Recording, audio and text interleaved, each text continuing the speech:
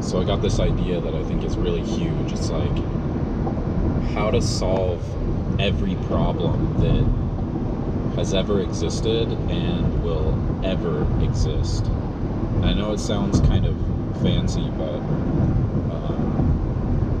I think that this framework needs to be built, and it's in high need. So I'll tell you the story of how I discovered it. So I went to the planetarium to watch some masters in physics students from UCLA present about dark matter.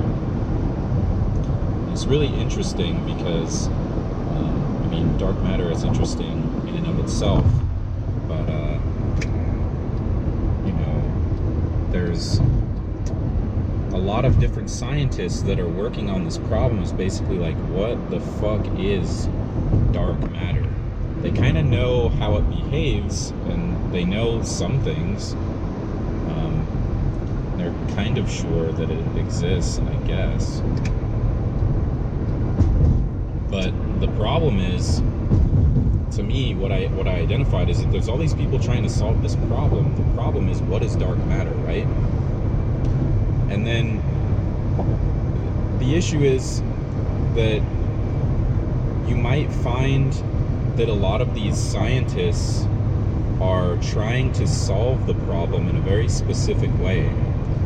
And so I'm kind of loosely building this system right now that allows you to see the landscape of how a problem is being solved.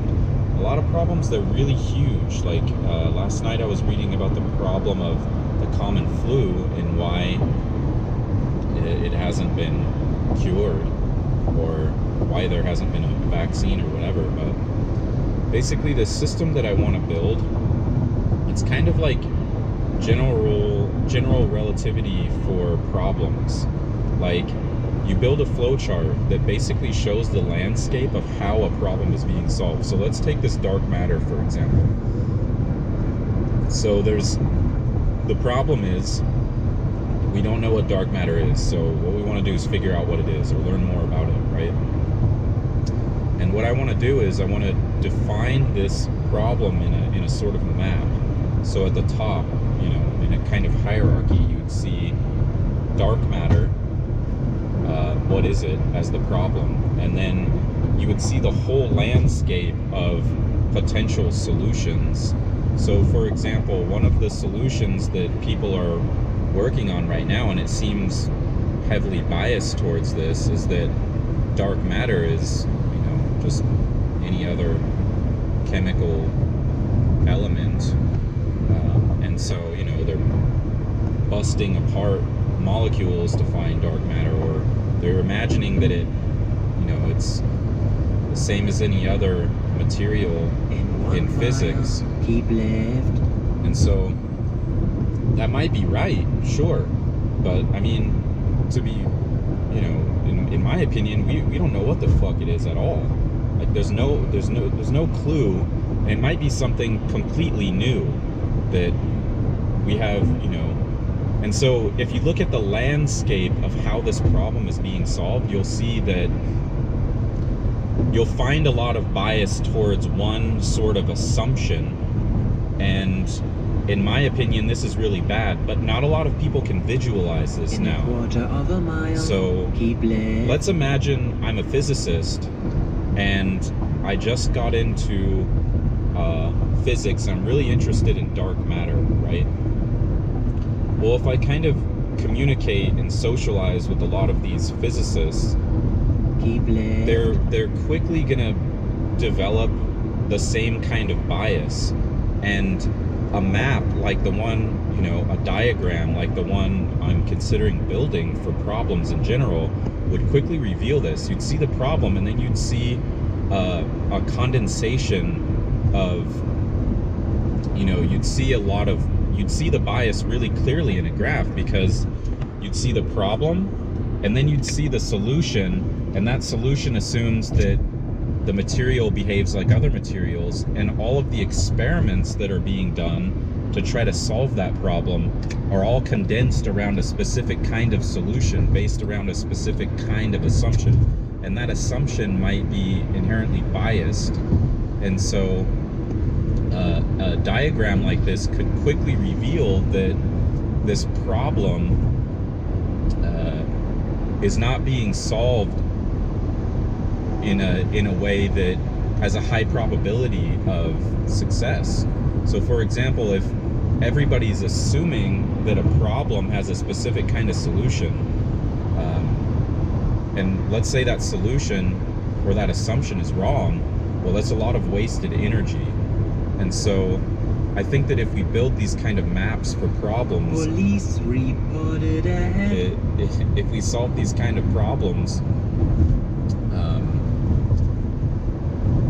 it could, it reveals how a problem is being solved, the landscape of a problem, and possibly looking at other assumptions and solutions. So let's take flus, for example.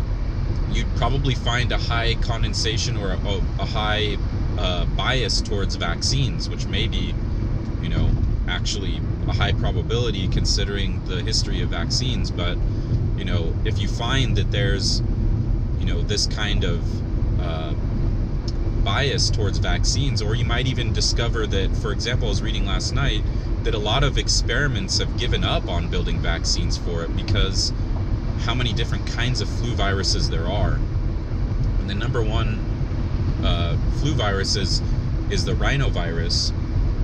But it's interesting though, because if 3/4 of all flus are rhinovirus, then in theory you should see a high bias towards solving that problem. And if you don't, you might identify a problem with how the problem is being solved. Or you might find that everybody's taking a vaccine biased approach, and that could be a problem in itself. And so what can you do with that kind of data? Well, if you're a new chemist or a physicist, you can easily glean how a problem is being solved and quickly find problems. A lot of them could be biases or something else, like maybe you could identify where the funding for problem solution is going and identify opportunity. That's like one of the coolest things about this. If you look at the landscape of a problem, like a flu, or how to find dark matter, or how to solve some problem in technology, let's say the friction of telecommunications, like prices or whatever it is, if you quickly build a map of how this problem is being solved, you can identify massive opportunities because you can see how a market is biased towards a certain solution. That's what I got for now. It's just some notes on this system that I'm trying to kind of build out right now.